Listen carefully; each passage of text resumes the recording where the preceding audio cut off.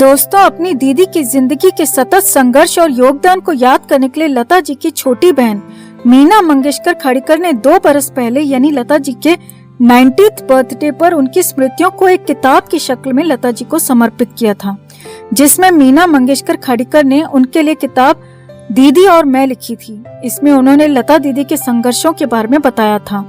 मीना ताई ने बताया कि बाबा के बीमार पड़ने के बाद नाटक कंपनी बंद हो गई थी, जिसके बाद हम पुणे आ गए थे।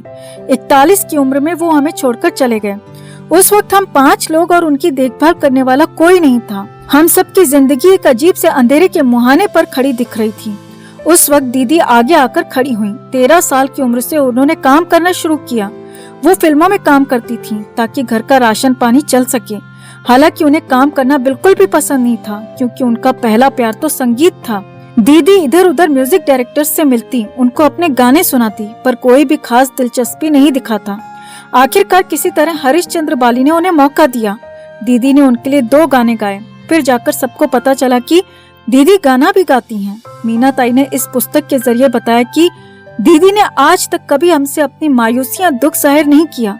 यकीनन वो कई बार टूटी भी होंगी, लेकिन हमारे सामने वो हमेशा हंसती रहीं। कभी अपनी तकलीफों को हम लोगों के सामने जाहिर नहीं होने दिया। वो वक्त इतना कठिन था और बाहर के लोगों ने क्या कुछ नहीं कहा, लेकिन उन्होंने बाहर की नेगेटिविटी हम तक कभी नहीं आने दी। आखिर तक वो हमें वैसे ही संभालती रहीं जैसे पहले संभाला करती थी।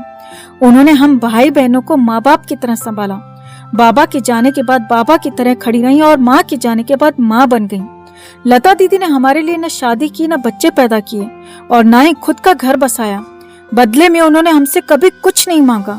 उनकी तबीयत भी खराब हो जाए तो भी नहीं कहती थी कि मेरे लिए कुछ करो।